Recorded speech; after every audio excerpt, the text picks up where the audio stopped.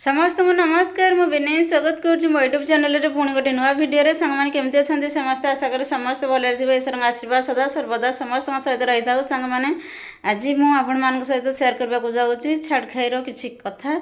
आज तो समस्त घर चिकेन मटन हो क्या घरे माछ हो क्या घर किसी ना कम से कम सुखुआ तो हो कि आम घर सेमती किसी भी आज है नहबार कारण आम बाड़ी रे बहुत सारा छतु भी फुटी किंतु मुझे पचारि मुझे छतु भाजिले खाइब ना नाई मु खाइबिनी कहीं के जाने मना कले मु भी आनी मु साधा से बीन आलू बैगण एमती कौन भाजीदेली से खाईदे पलैले पखाड़ मु भी से हिं खाइली किंतु सांग मैंने कहीं के जाने मोर आमिष खाए एमती आग्रह नहीं से भी से ढांचार गोटे बढ़ीगल कि चलीगल कि कौन के जाने से भी इच्छा कलेनी देखा जाऊ से आसला बेले जब बिरियानी खाइबे कि कौन करेंगे मुझे जानी तो सांग मैंने से खाते बिरियानी फिरियानी बाहर खाते किंतु मु घरे सेमती कुचित बनाए माछ फाछ आनले भजा भजी करदे कि फ्राए फ्राए करदे खाते किंतु सांग मैंने जो छुआ बेले से जो मजा थाए गोटे कथा ये सब गोटे कथा मत सब कहे तू पतला हेले कौन तोर हाड़े बड़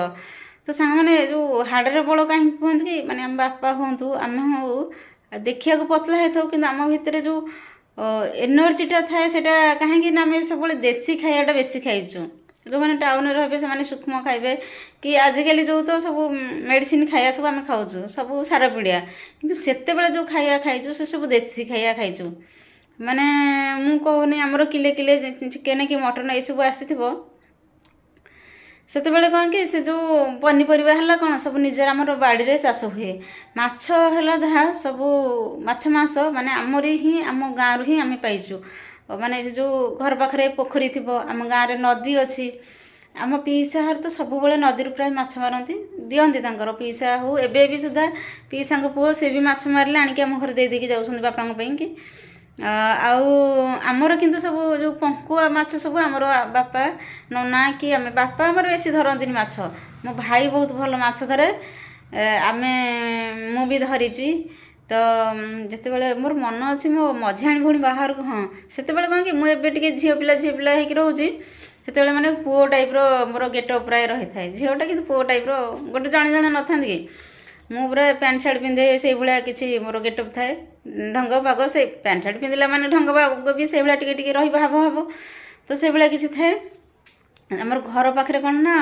बड़ पोखरी गोटे थाए पोखरी रे जो कौ माछ मागुर माछ शौल माछ मो मझाणी भौणी बाहर को तो पोखरी सुखा सुखा होलानी आ जो चुआ थाए पोखरी भितर चुआ सब से चुआर माने एते बड़ बड़ शौल सब मरा होई थांती से शौल माछ सब मारिदेले जो मुंड नुह ताको सब छिंचड़ा करदेले से माने हमर भोजे बहुत से माछ सब पड़थिला एमती माछ सब बहुत धरा हुए तो सांग माने से जो माछ गुड़ा करे माने शक्ति अधिका थाए जो माने देह पाई बहुत उपकारी से जिनछ आजिका डेट तो आउ से जिनछ कौटी थी नमती आसी ना कारण से जो गहिर जो जमी गोटे एरिया थिला सेटा सब माटी फिलअप होगी पोतापोती करदे लोक मैंने सब भी बादम फादम सब कर जो एरियाटा थाए आमर सब मुठीबार बिल सब आम से खाली धान हुए से पानी खाली जमा हो रहे से यही शीत दिन माने वर्षा दिन पानी सब नदी पानी आसी खाई भांगिकी से सब जमा हो से जो अंचलटा आउ अलग जो ढीप बिल हरिकार सब धान हम फसल सब हम कि बादाम लगे सूर्यमुखी एमती अनेक सारा फसल सब लगा हुए किंतु यही जो एरियाटा ये पानी जमा होगी से एरियाटा बहुत से जार जमी अच्छी से सब धान बिल मानक केवल धान हम आ से भितर चुआ सब रही जाए माछ से एरियाटारे हुए सब प्रकार ये शौल मागुर तोड़ी माछ जिमाणी माछ विभिन्न प्रकार माछ सब यही सब पंकुआ माछ सब से भितर रही थे बड़ बड़ होती यही शीत दिन को ठीक से सब पानी आस्ते आस्ते सुखुव सब हल्का हल्का पानी सुखेबे से पंकुर सब माछ सब धरवे सब गाँव समस्ते एमती धरती आ जो सिरा सिरा जो माने नदी केनालटा बाहर केनाल तो नुहे से जोर माने बधी टाइप आमर गोटे थाए खाली दल से भितर पूरा जाम होगी थाए से खरा दिने भी एतेटा सुखेनी से पानी सब आसिले आमर खरा दिनिया फसल सब से हुए मटन मेसीन जो बड़ जो महिंद्रा पंप सब पड़ी ଯାହା ସବୁ ଜହ୍ନି କାକୁଡ଼ି କଖାରୁ ସବୁ ଏମିତି ଫସଲ ହୁଏ ସେଇ ଜ୍ୱରରୁ ସବୁ ଚୁଆ ବି ହେଇଥାଏ ଜ୍ୱର ଭିତରେ ସବୁ। ତ ସାଙ୍ଗମାନେ ଏ ଆମ ପରେ ଯେଉଁ ଆମର ପରପିଢ଼ି ଏସବୁ ଜିନିଷ ଦେଖିବାକୁ ପାଇବେନି ମୁଁ ଜାଣିଛି, କିନ୍ତୁ ଆମେ ଯେଉଁଟା ଦେଖିଛୁ ଆମେ କଥା ଆକାରରେ କହିଦେଉଛୁ, କାଲି ହୁଏତ ତାଙ୍କ ପାଖରେ ପଡ଼ିଲେ ଏଇସବୁ କଥା କିଛି ଶୁଣିବେ ତ ସେଇଥିଲାଗି ଆଜିର ଭିଡ଼ିଓ। ତ ସାଙ୍ଗମାନେ ସେ ଯେଉଁ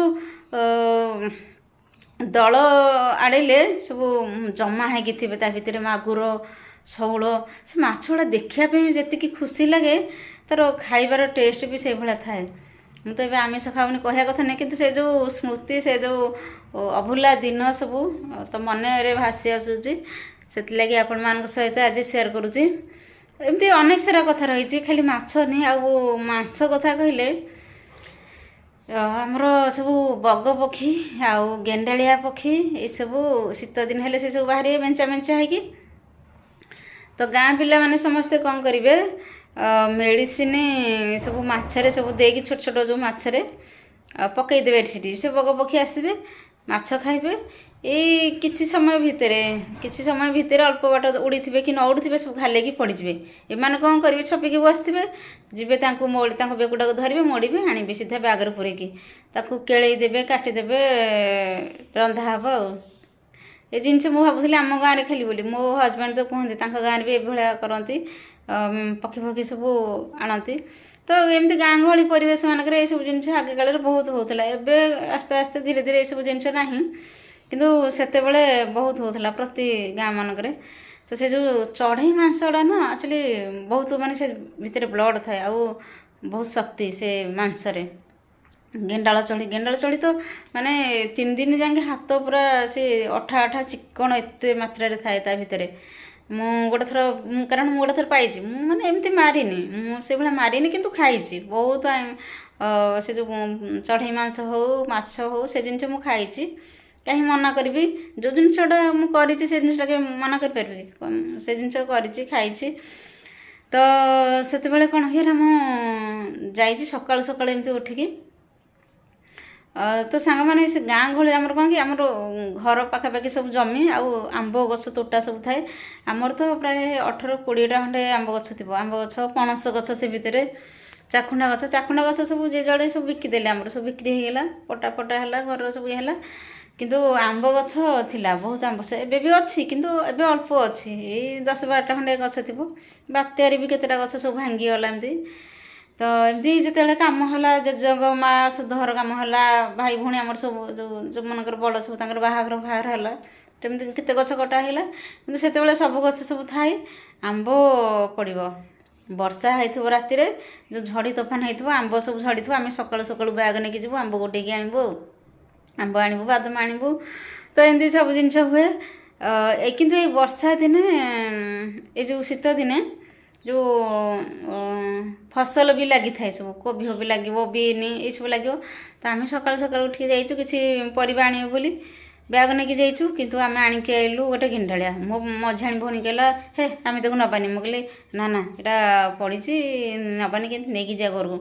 ତାକୁ ଆଣିଲି 3 କିଲୋ କି 4 କିଲୋ ମାଂସ ତା ଭିତରୁ ବାହାରିଥିବ। ସେ ଘର ପାଖରେ ଜଣେ ଆମର, ତାକୁ କାଟିକି ଖେଳିଦେଲେ, ମାଂସ ବାହାରିଲା। ଆଉ ସେ କିଛି ନେଇକି ରାନ୍ଧିକି ଖାଇଲେ, ଆମର ହେଇଥିଲା, ଆମର ସେଦିନ ଦିନ ସାରା ସେଆକୁ ସମସ୍ତେ ଖାଇଲେ।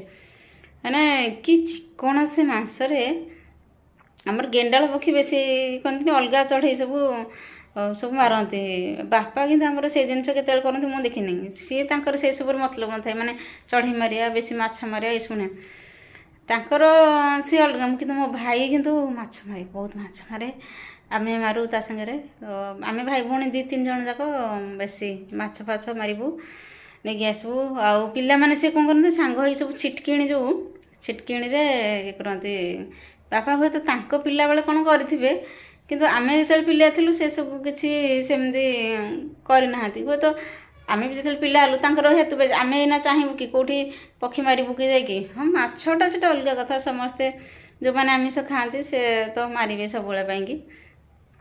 କୌଣସି ପକ୍ଷୀ ଆକ୍ଚୁଆଲି ସାଙ୍ଗମାନେ, ପକ୍ଷୀ ମାରିବା ଭାରି ମାନେ ମହାପାପ। ପକ୍ଷୀ ମାରିକି ଖାଇବା ସେଟା ବହୁତ ପାପ। ଏଇଟା ମୁଁ କେଉଁଠି ନା କେଉଁଠି ଜାଣିଛି, ଯେତିକି ମୁଁ ଆପଣମାନଙ୍କୁ କହୁଛି। ଏମିତିରେ ବି କୌଣସି ଜୀବକୁ ହତ୍ୟା କରିକି ଖାଇବା, ତାକୁ ଗୋଟେ ମଣିଷର ମଣିଷ ତ ନୁହେଁ, ଆମେ ଅନେକ ସାରା ପାପ କରୁଛେ। ସେଇ ପାପର କୁଆଡ଼େ ଯିବନି, ସେଇଟା ସବୁ ମୁଁ ହୁଏ ନା କାହିଁକି, ଆମେ ଅଜାଣତରେ ଯଦି କିଛି ପାପ କରିଦେଉଛୁ ସେଇଟା ଆମକୁ ଲାଗୁ ହେଉଛି। ଆଉ ଜାଣି ଜାଣି ଯଦି ଆମେ ଗୋଟେ ଜୀବକୁ ନଷ୍ଟ କରିକି ଖାଇବା, ତ ସେଇଟା ନିହାତି ଭାବେ ଆମକୁ କାଲି ଆସିବନି, ନିହାତି ଆସିବ।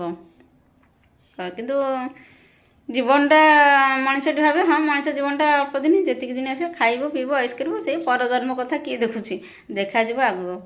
ତ କିନ୍ତୁ ଜଣେ ଜଣେ କିଏ ଯେ ସଚେତନ ହେଇଯାଉଛନ୍ତି, ନାଇଁ ଏଇଟା ମଣିଷ ଜୀବନ, ଏଇ ଜୀବନ ସାର୍ଥକ କରିବାର ଅଛି, ଆଗକୁ ଆମକୁ ଆହୁରି ଭଲ ଜନ୍ମ ପାଇବାର ଅଛି, ନହେଲେ ଜନ୍ମ ମୃତ୍ୟୁ ଚକ୍କରରେ ଆସିବାର ନାହିଁ, ଭଗବାନଙ୍କ ପାଖରେ ରହିଯିବାର ଅଛି। କେହି ପ୍ରାର୍ଥନା କରନ୍ତି ଠାକୁରକୁ। ତ ଏମିତି ଅନେକ ସାରା ଏବେ ତ ପ୍ରାୟ ସବୁ ଲୋକମାନେ ଧିକି ଏବେ ମାନେ ବିନା ପିଆଜ ରସୁଣର ରୋଷେଇ ବି ପ୍ରାୟ ହେଉଛି, ଲୋକମାନେ ପିଆଜ ରସୁଣ ବି ଛାଡ଼ି ସାରିଲେଣି।